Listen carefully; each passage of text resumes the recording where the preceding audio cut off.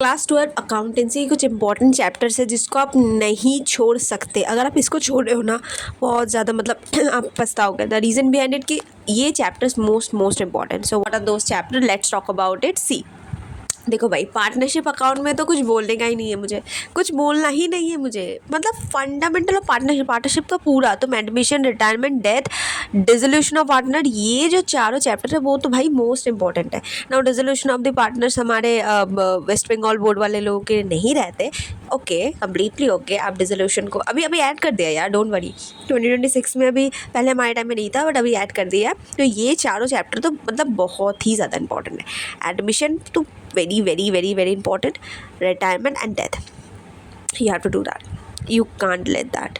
Companies account में issue of shares and issue of debenture. I can understand कि issue of debenture बहुत ज़्यादा hard लगता है। इश्यू ऑफ डिबेंचर समझने में थोड़ा सा टाइम लगता है, ये हार्ड चैप्टर होता है, नो डाउट। बट या देखो, अभी तुम छोड़ नहीं सकते इसको। अगेन CBSE वाले हो तुम, वेस्ट बंगाल बोर्ड वाले हो तुम, स्टेट बोर्ड वाले हो तुम, कोई भी बोर्ड के हो, मैटर नहीं करता। But issue of shares and issue of debenture is very important, the second most important, right.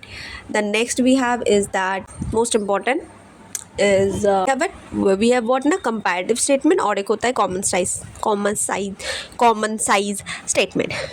अभी होता है क्या कि ये जो मैंने मेरे को मतलब हमने नहीं किया है, हमारे बोर्ड वेस्ट बंगाल बोर्ड में ये दोनों चैप्टर नहीं है, बट CBSE वाले लोग के लिए आई थिंक है।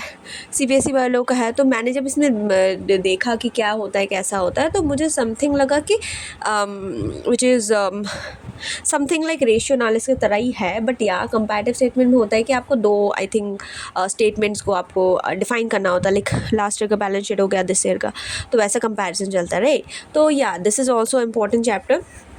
अगर आप CBSE बोर्ड वाले हो तो you should not let that. अभी तुम बोलोगे यार तुमने तो सारे ही बोल दिए, है ना, अब तो नहीं है शायद, हाँ तुम बोलोगे यार तुमने तो यार सारे ही बोल दिए, अब क्या होगा, है ना। सारे यहाँ पर सारे देखो, यहाँ एडमिशन, रिटायरमेंट एंड ऑल तुमने सारे यहाँ पर बोल दिए। यहाँ पर तुमने इशू ऑफ शेयर्स भी बोल दिए, इशू ऑफ डिबेंचर भी बोल दिए, कंपैरेटिव स्टेटमेंट, रेशियो एनालिसिस, कैसे सारे बोल दिए। तभी छोड़ना क्या है, कुछ नहीं छोड़ना।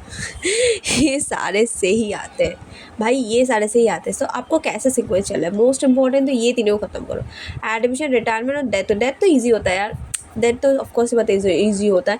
डिसोल्यूशन मैंने किया नहीं है, हमारा था नहीं, बट इस बार ऐड किया है तो मुझे पता नहीं कैसा होता है। तो this is also most important chapter. Now issue of shares, देखो इशू ऑफ डिबेंचर में हम भी अटके थे, मैं भी अटकी थी, no doubt.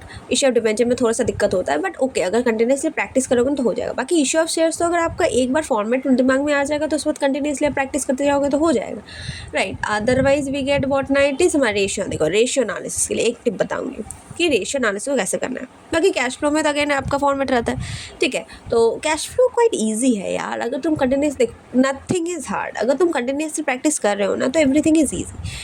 But ratio analysis पता है मेरा सबसे बेस्ट चैप्टर था। क्यों? क्योंकि मुझे ना सारे, मैंने क्या किया देखो, अगर आप रेशियो एनालिसिस प्रिपेयर कर रहे हो ना तो आपको क्या करना है, एक फार्मूला बुक बनाना है। फार्मूला क्या होता है, कॉपी बनाना है, ठीक है। तो फार्मूला कॉपी में क्या करना है आपको, उसमें जितने भी फार्मूला है सारे लिख ले। अगर आपको कोई नई फार्मूला पता चल रहा है तो उसको भी अपने फार्मूला कॉपी में क्या तो लिख लो, क्योंकि वो एग्जाम में जाकर बहुत ज़्यादा बेनिफिशियल होने वाला है। द रीज़न भी है कि ज़्यादा जब आपका क्या कहते हैं सब फार्मूला एक ही जगह रहेगा तो आपको रिवाइज करने में बेटर होगा, और एट द सेम टाइम क्या होता है ना, आपको मैथ्स को सॉल्व करने में बहुत ज़्यादा दिक्कत नहीं होगी, बहुत ज़्यादा ईजिली आप सॉल्व कर पाओगे अगर सारे फार्मूला सबके दिमाग में।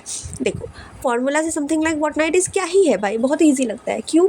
क्योंकि अगर तुम सीख गए ना कि यार एक फार्मूला से कैसे दूसरा आंसर निकाला जा सकता है तो आप इजीली कर सकते हो। Ratio analysis will be cake walk for you, but for that you need to do what is, तुम्हारे निप में होना चाहिए जितने भी फार्मूला है। तो फार्मूला को जितने बार रट सकते हो और रट लो, है ना, और एक ही जगह सारी चीज़ों को लिख लो। सो दैट क्या होता है ना, आपका यही एक रामबन तरीका रेशियो एनालिसिस का कि जितना भी फार्मूला है सबको एक ही जगह लिख लो, कि बाद में अगर आप जब करने जाओ तो अगर अटक जाओ तो वहाँ से देख लो, ठीक है। आपको पता चल जाए कि हाँ ये वाला अगर मैं लगाऊँ फार्मूला तो ये आंसर निकल जाएगा। तो ऐसे करके क्या होगा, आपको एक ही जगह लिख लो, बाद में क्या होता है बहुत अच्छा काम आएगा, आपका बेनिफिशियल होगा आपके एग्जाम के लिए। एंड या just focus on these most important chapter. Now again very important difficult chapter है but very important is that admission और रिटायरमेंट। आई अंडरस्टैंड एडमिशन और रिटायरमेंट ऑफकोर्स, उसमें देखो एडमिशन और रिटायरमेंट एंट्री में कुछ दिक्कत नहीं होती है, दिक्कत होती है हमें एडजस्टमेंट्स में। भाई एडजस्टमेंट्स हमारे कुछ ऐसे आ जाते हैं कि कभी कभी हमने सुना नहीं है, और ऐसे एडजस्टमेंट आ गए, तो अब क्या करें। अब ऐसे ऐसे केस में क्या करो, देखो अगर आप देख रहे हो कि एडमिशन कर रहे हो, रिटायरमेंट कर रहे हो, डेथ कर रहे हो, आपका एडजस्टमेंट कुछ ऐसा अनकॉमन आ गया, आप क्या करोगे, क्या पूरे मैथ को एकदम छोड़ दोगे? बिल्कुल नहीं। आपको जितना आता है एटलीस्ट वो सारे एंट्री छोड़ के एटलीस्ट कुछ तो मार्क्स मिलेगा आपको। ज़रूरी नहीं है आपको मैच नहीं करेगा, इट्स ओके।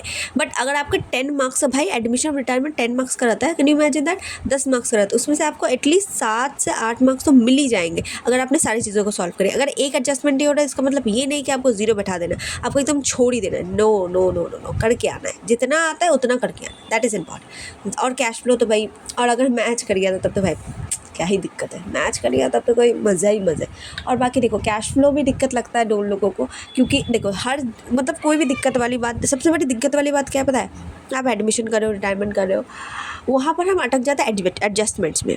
एडजस्टमेंट्स कभी कभी ऐसा आ जाता है कि भाई दिमाग के ऊपर से जाता है, तो ये एक्सेप्टेबल है, एडजस्टमेंट में सब अटकते हैं। But at the same time अगर आप एक एडजस्टमेंट आपका अनकॉमन आया है, 2 आया है, उसकी वजह से आपने पूरा मैथ ही छोड़ दिया, तो ये गलत बात कर रहे हो। आपको जो नंबर मिलने का है 2-4, वो भी नहीं मिलेगा। तो एटलीस्ट 2-4 नंबर बहुत ज़्यादा वैल्यू करता है यार। कोई कोई लोग एक नंबर की वजह से फेल हो जाते हैं, तो कैन यू इमेजिन कि ये कितना वैल्यू करता है। तो ऑफकोर्स सी बात है, आपको कर कराना है, ठीक है। और ये मोस्ट इंपॉर्टेंट चैप्टर, इसको रिपीटेडली करते रहो, कैश फ्लो, एडमिशन और डिबेंचर, रिपीटेडली इसको करते ही रहो, ठीक है। इसको छोड़ो मत इन तीनों को। बाकी एक ही मंत्रा होता है कि अगर आपको कोई हार्ड चैप्टर या फिर कोई हार्ड सब्जेक्ट है जो आपको समझ में नहीं आ रहा, उस आपको कंटिन्यूसली करते रहना। समझ में आई बात? ओके, सो या if you have any doubt do let me in the comments below. See you in the next one, bye bye.